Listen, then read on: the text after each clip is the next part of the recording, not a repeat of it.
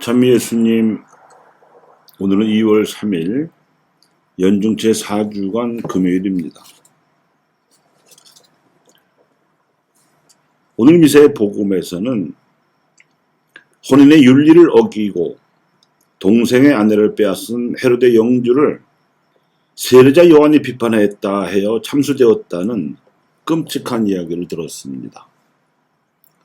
독서에서는 히브리서의 저자가 히브리인 출신 그리스도인들에게 마지막 권고를 들려주었는데, 형제와 혼인의 존엄성과 청빈의 덕목, 그리고 교회 지도자들의 믿음을 본받을 것 등을 강조하였습니다.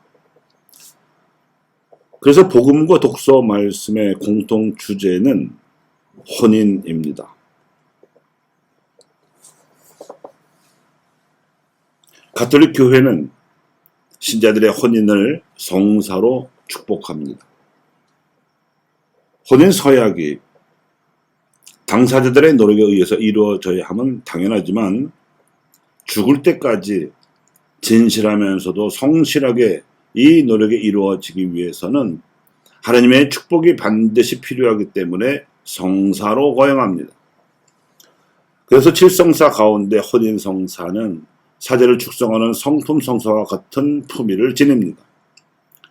가정과 교회라는 각기 다른 단위에서이기는 하지만 둘 다 공동체적 일치를 위한 성사이고, 또 성체성사를 통해서 그 품위가 완성될 수 있는 성사이기 때문입니다.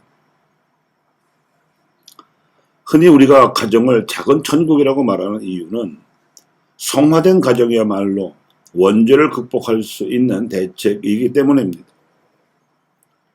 세상이 아무리 망가져도 가정이 새로워지면 새로운 세상이 오리라고 희망할 수 있습니다. 가정을 이루는 모든 남편과 아내들은 또 다른 아담과 하와로서 하나님과 함께 사는 에덴 동산의 주인이라는 의식으로 새로운 세상을 건설해야 하는 주역입니다. 가정을 이루는 가치는 사랑과 성과 생명입니다. 사랑으로 축복받은 성이 자녀를 선물로 받을 수 있습니다. 생명이 부부간 이루어지는 성의 축복이 아니라 인구 조절 대상으로 전락하거나, 또 성이 사랑의 도구가 아니라 쾌락의 도구로 취급된다면 세상의 타락은 막을 수 없습니다. 또한 부부간의 사랑이라 하더라도 하나님의 사랑이 그 바탕임을 잊어버리면 하나님의 축복을 받아 가정을 성화시키기는 어렵습니다. 그래서 사랑과 성과 생명이 중요합니다. 이처럼 가정이 사랑의 공동체로 건설됨으로써 이룩될 부부와 가정의 행복이 중요한데, 이는 당사자들만이 아니라 사회와 교회의 행복에도 직결되어 있는 일입니다. 교회는 이 사랑의 공동체인 가정을 보호하고 생명을 존중하며 부부와 부모가 그 숭고한 의무를 다하도록 돕기 위해서 성사적 도움과 사목적 배려를 아끼지 않습니다. 그렇기 때문에 혼인 당사자들이 인격적인 합의로 교회 안에서 맺은 계약은 하느님의 제도로 승격됩니다. 말하자면 신랑과 신부뿐만 아니라 하나님과 함께 맺은 3자 간의 계약이라는 뜻입니다. 이 신성한 유대는 함부로 철회되거나 훼손될 수 없습니다.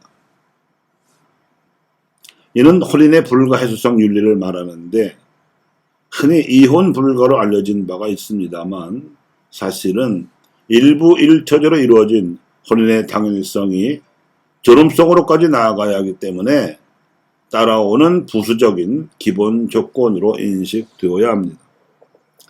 그래서 흔히 가톨릭 신자들의 혼인 미사에서 봉독되는 복음이 마르코복음 10장에 나오는 이혼 불가의 말씀인데, 이는 바리사이들이 예수님께 남편이 어떠한 경우에라도 아내를 버려서는 안 됩니까? 하는 고약한 질문으로 여쭈었기 때문에 나온 방어적 답변일 뿐이었습니다. 혼인에 대해 예수님께서 행하신 본격적인 행보는 물을 포도주로 변화시키신 기적을 행하신 카나의 혼인잔치였습니다. 이 기적이야말로 모든 가정에서 일어나야 하는 기적입니다.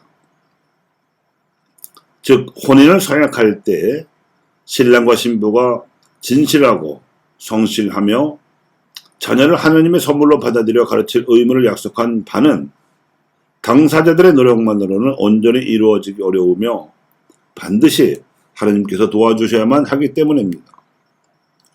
아무리 사랑해서 부부로 맺어졌다 하더라도 살아가면서 부부간에 갈등이 없는 가정이 어디 있으며 또 자녀를 낳아 기르면서 어려움을 겪지 않는 가정이 세상 어디에 있겠습니까? 이는 부부가 나이가 들수록 더 절박한 사정입니다. 그래서 혼인성소로 맺어진 부부는 성체성사의 은총을 절실히 필요로 합니다.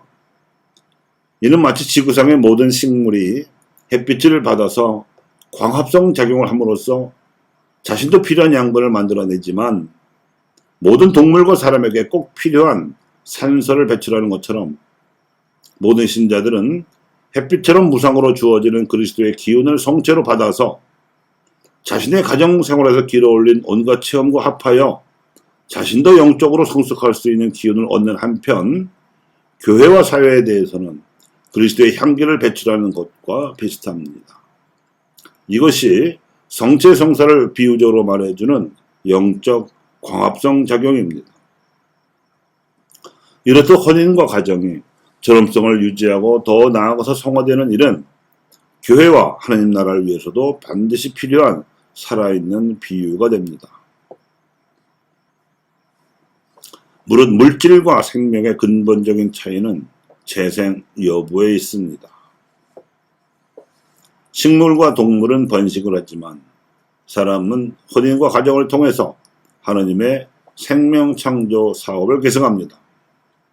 그런데 사람들의 영혼을 태어나게 하는 일은 선교라고 부릅니다.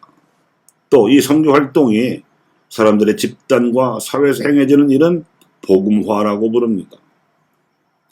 교회의 생기와 성숙함은 이 선교와 복음화의 활력에 달려 있습니다. 그런데 교회의 선교 활동과 복음화 과업이 활기를 띨 수 있기 위해서는 가정에 하나님의 사랑이 살아있어야 합니다. 교회는 가정들로 이루어진 공동체이기 때문입니다. 요컨대 혼인의 윤리를 지켜야 하지만 목표로 해야 할 것은 부부들이 혼인성사의 은총을 받는 일입니다.